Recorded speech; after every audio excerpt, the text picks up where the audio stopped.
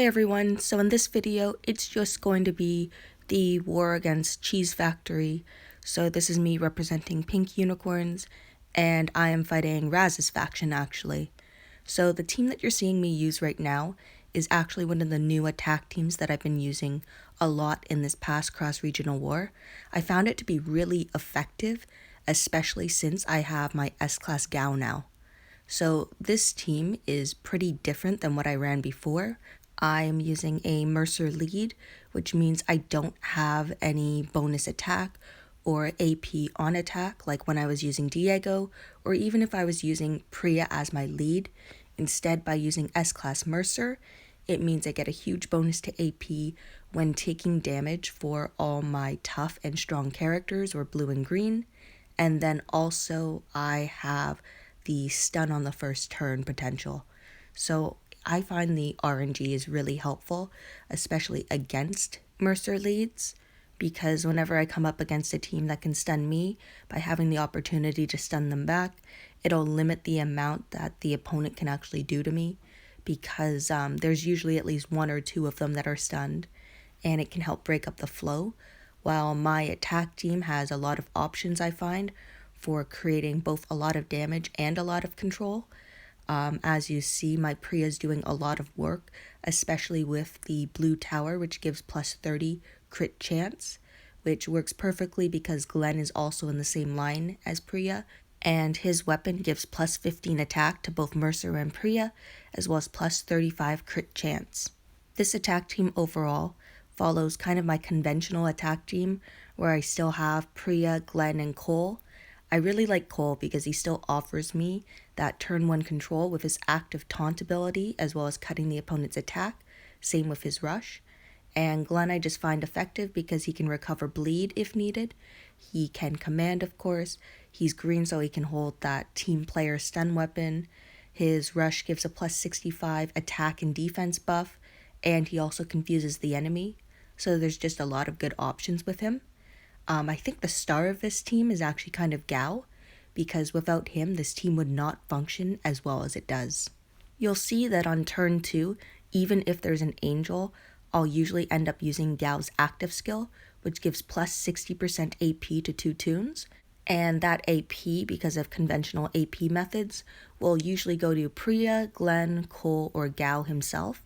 But usually it's not Guo because I'm using his active skill on the second turn, and he also has a very large bonus to AP on attack on his weapon, meaning he's not getting as much AP as Glenn, Priya, Cole, or even Mercer, who have a huge bonus to AP when attacking. So this is just one of the methods that I use to manipulate where my AP goes, and if need be, I can always attack with the tune and then command, so then they have an extra move. Their AP might not be full, but if I use Guo's active skill after that, it'll give them AP. So this is how I usually get Priya to rush on the second turn, if I am not sure who is going to rush and I want to make sure that it's her. My biggest problem, I think, when attacking is always when I come across these Mercer leads, because I just had 2 tunes stunned, they had 1 tune stunned. I had to make sure that I triggered Slater on the first turn, because by triggering Slater, it means I know he's going to revive, and he's not going to end up commanding someone like Arav or Mercer to create a lot of damage. So one of my strategies when attacking other teams is, if I know that a tune's going to rush on the first turn, I want to try and get someone else to rush on that first turn. So in that case, a command tune rushing usually means the rest of my team is going to survive. So this whole cross-regional war that we had, I actually enjoyed it quite a bit. It was a nice break from everything else, I find, and there was a lot of good competition.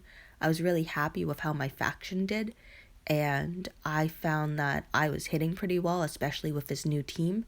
At the start of war, I wasn't using it very much, but by the end of war, I was using it a lot more. So I just found it to be more consistent, because even though it created some RNG for me, and I didn't always have like my rushes ready to go, so if Guo, for instance, became dazed and he wasn't able to use his active skill, then it took me a little longer, but overall I found the team to be more consistent, especially when fighting teams like this where there is a Mercer lead. Like right now, I have 3 tunes that are stunned and he has 2 tunes that are stunned. And I think that if I didn't have at least one of those tunes stunned, it would be a lot more difficult. And when I fight teams like this, I need to be very aware of when they're going to use their active skills. So like I know L is going to use it. I know that Cam is going to use his. Pete is also ready to use his active skill to recover maim as well as HP because he wasn't able to on the first turn. So right now, even though I'm taking the exhaust damage, I'm still trying to rush and create some damage ahead of time. I know that I'm not going to be successful here, so instead of wasting my time, I'm going to move on because I know that my defensive team is okay, but it's not great. So the best thing I can do for my team is sometimes to move on and try to take down other difficult teams. And as you see, like, I'm still finding value in a tune like Cole because I'm still able to control these enemy teams. And my attack team is actually working fairly well because Priya puts out a high amount of damage. Mercer, when he rushes, is also a high amount of damage. He's also able to stun 3 tunes for 2 turns. And he gives himself some bonus HP, I believe. Even Guo, when he rushes, he can apply some bleed damage as well as normal damage. Like, this team is very balanced, in my opinion, compared to some of the other teams that I've tried to run before. And although it's still tricky for me to get used to this team, especially because like I don't have a true attack lead, I do find that I'm having more success with this team than any other team I've used so far. Even my normal Diego team, I was struggling a lot against Mercer leads like this team, and even though I'm still struggling, it's not as bad as before. And this last video here, even though I triggered payback multiple times on Shiva, because of her high defense being an S-Class tune, it only killed my Priya.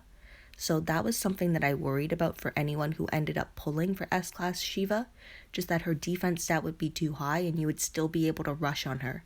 And as seen, like if that was a normal payback tune, my whole team would be wiped out. So I think it's going to be a lot of experimenting for people figuring out exactly like what they're going to need to do in order to get Shiva to trigger more often. And right here, this is another null battle. I tried to trigger Slater at the beginning because I knew that this is a turn 1 defense team, meaning Arav or Mercer was going to rush on the first turn if I wasn't able to control Slater in some way, shape, or form. Right here is a match where I have an obvious advantage because the first turn, the opponent wasn't able to attack at all, so it let me build up my rushes. It just gave me a lot of options, really. And as you see, like, Priya's able to kill 4 of those tunes, and because of the buy damage taken, she was actually able to rush again naturally on the 3rd turn. So Priya was able to rush back to back, and that just means a huge amount of damage. With Bide, we know exactly how much damage is going to be done because it's 2,000 damage in and 3,000 damage out. So in some ways, it's something you could even plan for. And that makes this team a little more effective than what I initially thought as well. So I was very happy and excited to see that occur, well, actually quite often, where my Priya was able to rush 1 turn and then the next turn just because of the damage taken back, which is conventionally seen as a negative, but in this case it became extremely positive for my team, and it's why my team was or is as effective as it was. I think the only changes that I would really make to this attack team would be if I got Slater, for example, because although I would lose that team player, it would be something that I would try to craft again. But whenever my tune or tunes died, I would have an option of reviving them with either Slater's active skill or with his rush. And I think that would be even more valuable because I do think I have a decent amount of control elsewhere. I would lose that attack buff as well as defense buff, which is a little worrisome. But I think with the right mods and other weapons, so if I got team player on Mercer's weapon, for example, that would help make up for the lack of the plus 65% attack and defense buff on Glenn. So just having those extra team player abilities to increase Toon's attacks, as well as working on weapons just a little more. Like if I could get my Priya a double attack weapon that has the 175% damage on a double attack plus the additional 40 crit, I believe it is. So there's just a lot of work to still do on a team like this, but there's so much potential. So in War, what teams did you guys find the most difficult to face? I personally think it was just Mercer lead still because there was so much RNG and it was just difficult to plan for it. And even once you had a plan, it doesn't mean that it's going to work every single time. I think the part of this game that I dislike the most is that you can have a great strategy, but unless RNG falls your way, there is no way you can actually implement your strategy. I like reducing the amount of chance there is because it means you have more control over the situation.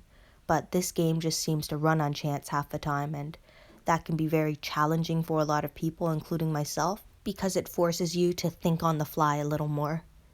Anyway, thank you everyone for watching and listening to my video, and shout out to Cheese Factory for the fun war.